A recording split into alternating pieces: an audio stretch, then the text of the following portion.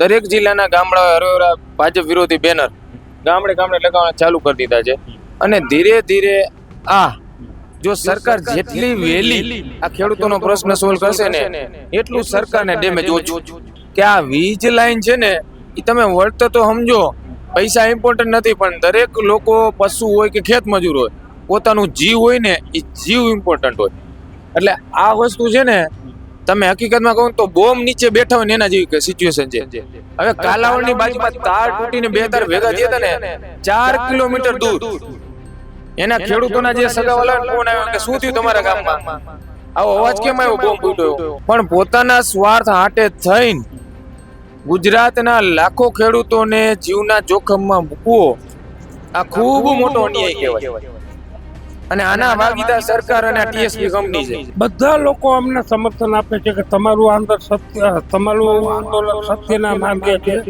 અને તમે આગળ વધો. વિકાસ તો પાછળ ગયો, આગળ નથી ગયો, પાછળ ગયો. વિકાસ કહેતા હતા કે વિકાસ કરશું 15 લાખ આ તેની બધું ગાયના 15 લાખના દેણા ગયા 15 લાખ આપ્યા નથી ગાયના. નીતિન ગડકરી સાહેબને કહી દઉં કે તમે કંઈક એવો પ્રોજેક્ટ કાઢો એટલે અમારે ખેતર જવાનું રહે નહીં, અમે આ રણમાં જે મીઠું પકવી નગરિયા થઈને કામ કરી લઈશું. આવક ડબલ થઈ કહેતા હતા. આવક એને ડબલ થઈ એ લોકોને બધા અધિકારીઓ કે રાજકારણીઓને.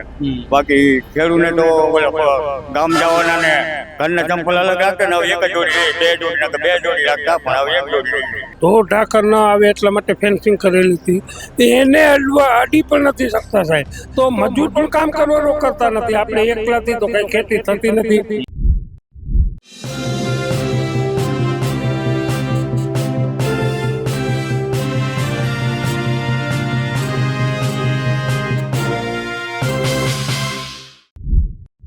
નેલબુ શું થયું? દાઢી કપાઈ નાખીને? એટલે આમાં શું દાઢી ભાઈ બહુ જાજી વધી ગઈ હતી એટલે પછી કપાઈ દીધી. એવું તો નતું ને કે તમે પ્રણ રાખ્યો કે જ્યાં દાઢી સરકાર માનશે નહીં, દાઢી નહીં કપાવું, પણ સરકાર તો માની નહીં, એવું તો નથી ને કઈ? ના ના ના ના એવું કશું નથી અને સરકાર હજી માની નથી, પણ આ તો શું દાઢી જાજી વધી ગઈ હતી એટલે કટ કરાવેલી. ખાલી મારે એ સમજવું છે, હવે તમારા આસપાસના ગામડાઓમાં બોર્ડ લાગવાનું ચાલુ થઈ ગયા. સૌથી જેતપરમાં લગાય ભાઈ ભાજપે વોટ માંગવા આવું નહીં. ધીરે ધીરે 60-65 થી વધારે ગામો 100-150 ગામ ધીરે ધીરે લોકોમાં જાગૃતિ થઈ રહી છે. આટલી બધી વસ્તુ થઈ રહી છે તો શું છતાં પણ જે ભારતીય જનતા પાર્ટીના જે સત્તાધીશો, કારણ કે સમાધાન એ લોકોને જ લાવવાનું છે, કોઈ વિપક્ષ તો લાવી શકવાનું નથી, તો પછી કેમ એ લોકો નથી સમજી રહ્યા કે લોકોમાં નારાજગી વધી રહી છે? હજી કદાચ એવું બને કે સરકારને હજી એવું લાગતું હોય કે આ વિરોધ ઓછો છે તો જ બની શકે ને. એટલે ધીરે ધીરે અત્યારે કહું ને તો મોરબી, જામનગર દરેક જિલ્લાના ગામડા હરોરા ભાજપ વિરોધી બેનર ગામડે ગામડે લગાવવાના ચાલુ કરી દીધા છે અને ધીરે ધીરે આ જો સરકાર જેટલી વહેલી આ ખેડૂતોનો પ્રશ્ન સોલ્વ કરશે ને એટલું સરકારને ડેમેજ ઓછું, નકર ડેમેજ વધારે ભોગવવાનું થશે ચૂંટણીમાં ફાઇનલ છે. એટલે જેમ બને એમ સરકાર ગાયો ઘા જે ખેડૂતોની માગણી છે એ સોલ્વ કરી આપે, નકર સરકારને ભવિષ્યમાં ખેડૂતની માગણી પ્રમાણે વળતર આપવું પડશે. સરકારે ખેડૂતોની માગણી પ્રમાણે પરિપત્ર બનાવવો પડશે અને ખેડૂતોની માગણી મુજબ ખેડૂતો કહેશે લાઈન આયા નહીં રણમાં કાઢો, રણમાં કાઢવી પડશે. ખેડૂત કેમ કરવું પડશે અને ચૂંટણી ટાળીને ડેમેજ ભોગવવું પડશે. એટલે એના કરતાં સરકાર વહેલા સમજી જાય ખેડૂતને દઈ દે, એમાં બંનેને ફાયદો છે. સમજો રાષ્ટ્રીય નેતાઓ રાકેશ ટિકૈત છે એવા નેતાઓ, પછી મહારાષ્ટ્રથી બી નેતાઓ અહીંયા આવી રહ્યા છે, તો લાગે છે કે આ તમામ નેતાઓ આવવાથી સરકારને કંઈ ફેર પડશે? જો આમાં એવું હોય કે દરેક નેતા અલગ અલગ રાજ્યમાં, એવું નથી આ ગુજરાતમાં ટ્રાન્સમિશન લાઈનનો ઇસ્યુ નથી, હરિયાણામાં પણ છે, રાજસ્થાનમાં છે, તો દરેક જગ્યાએ ઇસ્યુ છે. દરેક જગ્યાએ પોલિસીમાં થોડો ઘણો ફેરફાર હોય છે. દરેક ખેડૂતો સાથે મળે, ખેડૂત નેતાઓ સાથે મળીને ચર્ચા વિચારણા કરે ખેડૂત આગેવાન સાથે, તો જેમ જાજી ચર્ચા વિચારણા થાય તો એમાંથી કંઈક સારું ઇનપુટ મળે અને એ સારું ઇનપુટ મળે જેથી કરીને આખા દેશના લોકોને ફાયદો થાય. બરોબર? એટલે બધા લોકો આવે છે તો સારું કંઈક આઉટપુટ મળશે એમાંથી. કાલે કે પરમ દિવસે તમે લોકો ગામડાઓમાં ગયા હતા, વીજ લાઈન જે છે એનું તમે ડેમો લાઈવ દેખાડ્યું કે કેટલું જોખમી છે. નીચે લાઇટ જડે છે, આપણે જોઈએ કે બલ્બ સળગે છે ત્યાં કોઈ બી કનેક્શન વગર. તો જો આ સામાન્ય 200 કે 250 કેવી તારમાં આવી વસ્તુ, તો 700 કેવી 800 કેવીની જે લાઈનો જશે એ કેટલી જોખમી થશે એમ? એટલે હું ગુજરાતના 18,000 ગામડાના 56 લાખ ખેડૂતોને આજ કહેવા માંગુ છું કે આ વીજ લાઈન છે ને એ તમે વળતર તો સમજો, પૈસા ઇમ્પોર્ટન્ટ નથી, પણ દરેક લોકો પશુ હોય કે ખેત મજૂર હોય, પોતાનું જીવ હોય ને એ જીવ ઇમ્પોર્ટન્ટ હોય. એટલે આ વસ્તુ છે ને, તમે હકીકતમાં કહો તો બોમ્બ નીચે બેઠા હોય ને એના જેવી સિચ્યુએશન છે. હવે કાલાવડની બાજુમાં તાર તૂટીને 2 તાર ભેગા થયા હતા ને 4 કિલોમીટર દૂર, એના ખેડૂતોના જે સગાવાળાને ફોન આવ્યો કે શું થયું તમારા ગામમાં, આવો અવાજ કેમ આવ્યો, બોમ્બ ફૂટ્યો.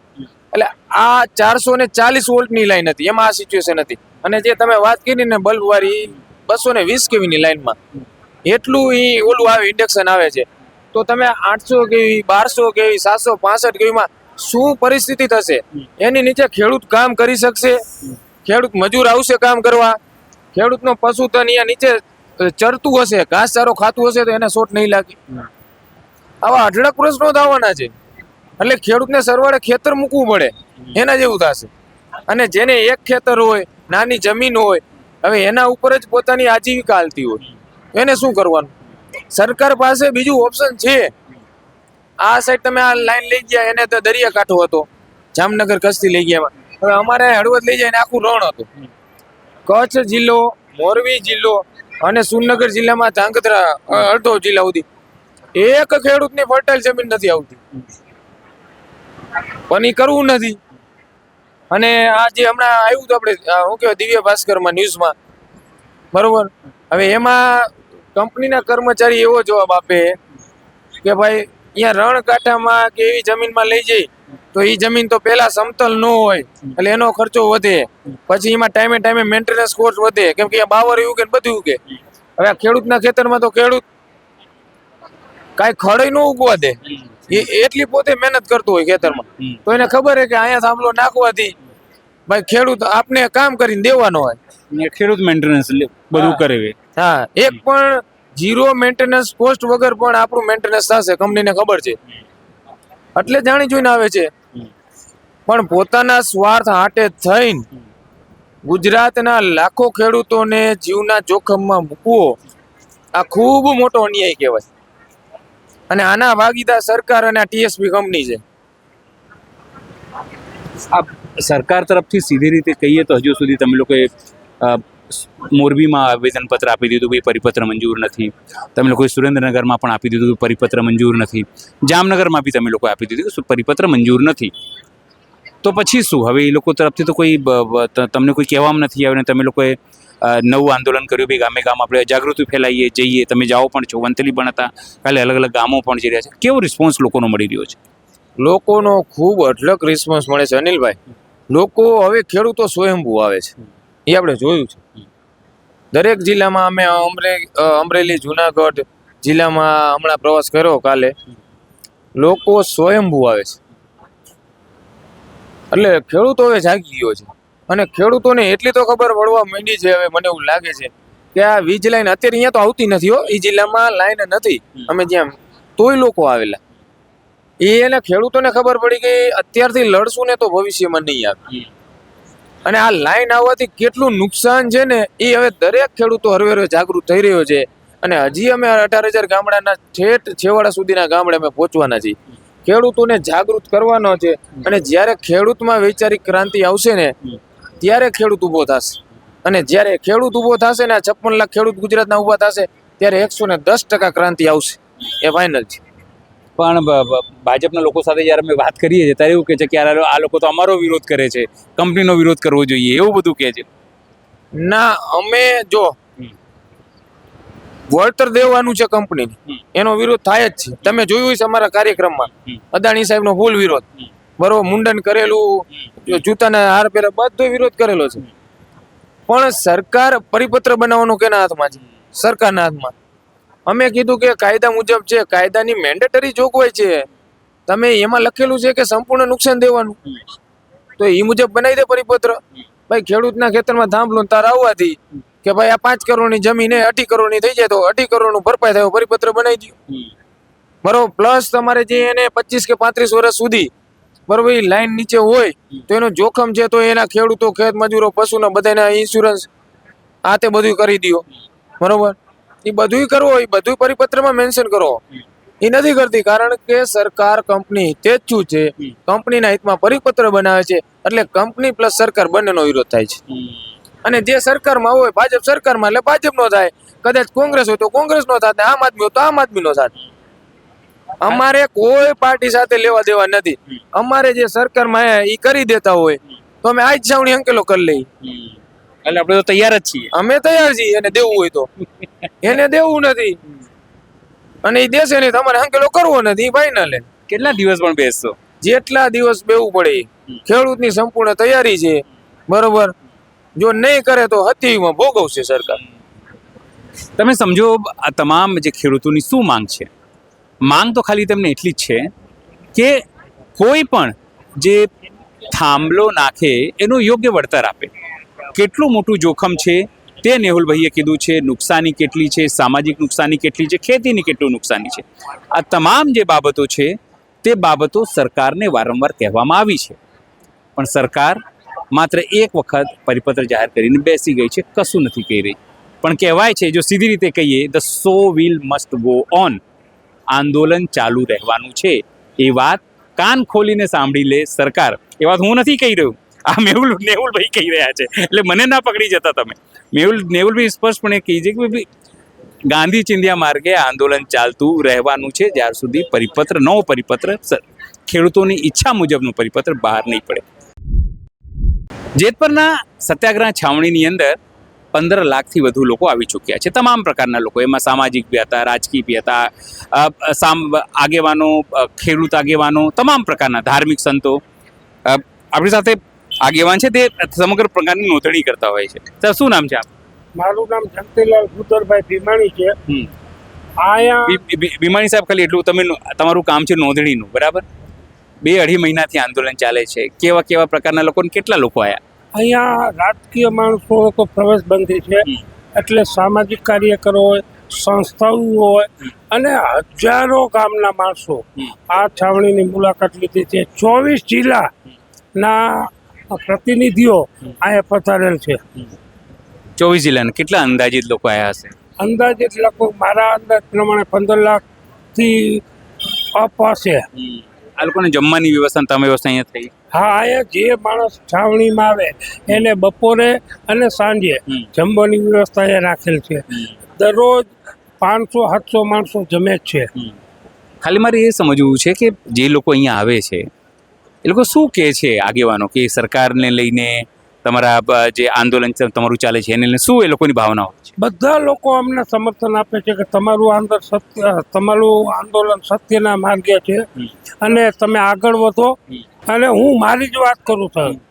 મારે અત્યારે હાલ જેતપુરમાં 9 વીઘા જમીન છે. 9 વીઘામાં અમે 3 ભાઈ છીએ. એમાં એક નર્મદાની કેનાલ નીકળી છે, ત્રાસે નીકળી છે, ત્રિકોણાકાર કરી નાખ્યું છે ખેતર. અચ્છા. બીજું આ વીજ ટાવર એમાં આવે છે ખેતરમાં, અને અમારા ખેતરમાં રેસા નીકળે છે એના. તો હવે નીતિન ગડકરી સાહેબને કહી દઉં કે તમે કંઈક એવો પ્રોજેક્ટ કાઢો એટલે અમારે ખેતર જવાનું રહે નહીં, અમે આ રણમાં જઈને મીઠું પકવી નગરિયા થઈને કામ કરી લઈ સાહેબ. પણ નીતિન ગડકરીને કેમ કહો છો? પણ એ રોડ મિનિસ્ટર છે એટલે એ કંઈક હાઈવે કાઢે એટલે બધું પૂરું થઈ જાય. પણ એ તો કે તમે વડાપ્રધાન ને કહો, નરેન્દ્ર મોદીને, નીતિનભાઈને શું વિચારે ને? તો રોડો ખરી કરે છે. આ સરકારમાં છે એટલે આપણે સરકારને જ કહેવાનું હોય.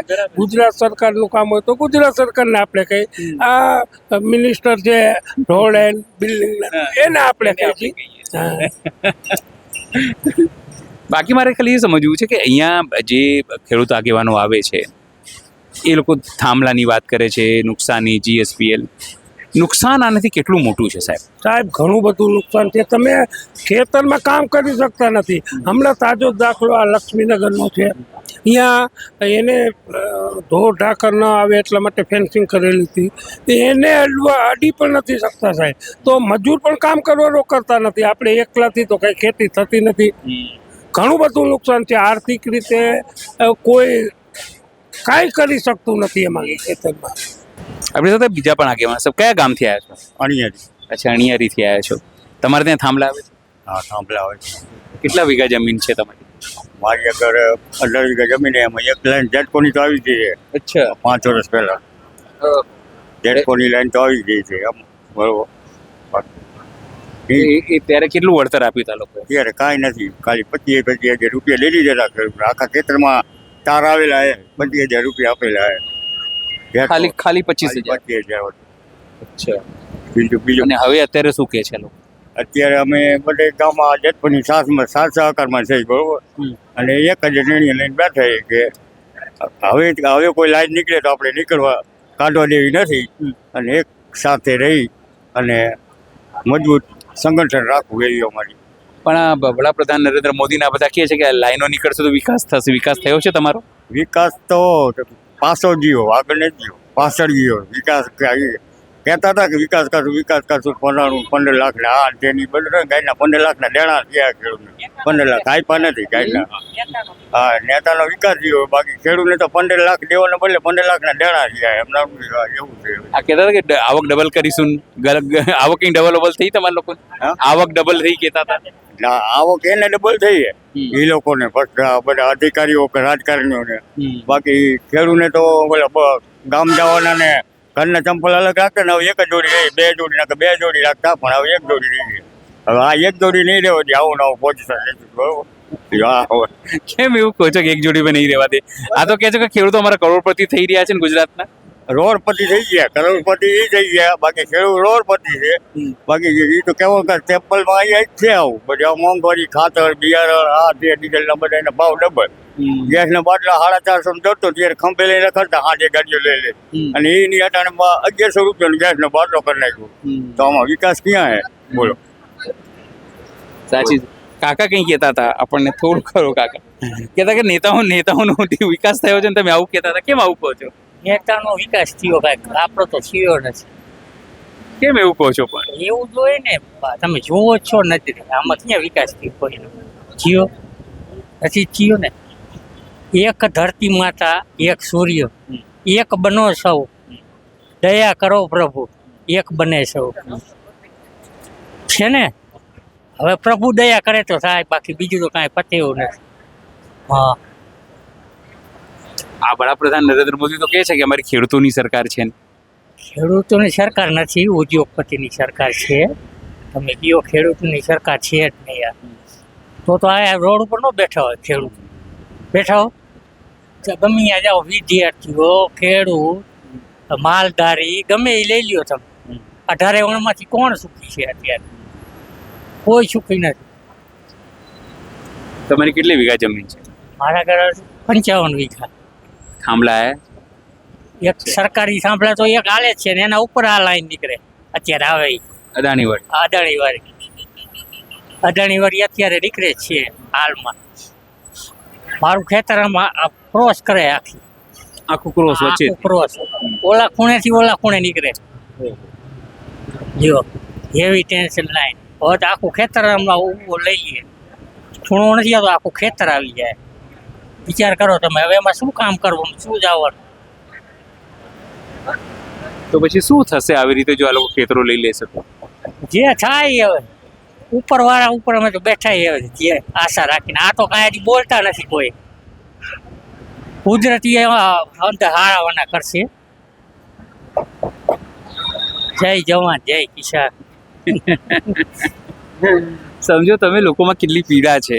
લોકો હસતા હસતા પોતાની વાત કરે છે, પણ એમના મનમાં પીડા છે. પીડા એ વાતને લઈને છે કે જેને ચૂંટીને તેઓ મોકલે છે દિલ્હી કે ગાંધીનગર, તેઓ પણ અત્યારે કશું નથી બોલી રહ્યા. જેમને ભરોસે, જેમને મતો આપ્યા હતા, તે પણ કશું નથી બોલી રહ્યા. વિકાસની વાતો થાય છે, પણ વિકાસ કોનો થયો એ ખેડૂતો પૂછે છે સરકારથી, ભારતીય જનતા પાર્ટીથી. જવાબ નથી મળતો અને પીડા એ વાતની જ છે. સહયોગી હિરેન અઘારા સાથે અનિલ પટેલ, જેતપર, મોરબી.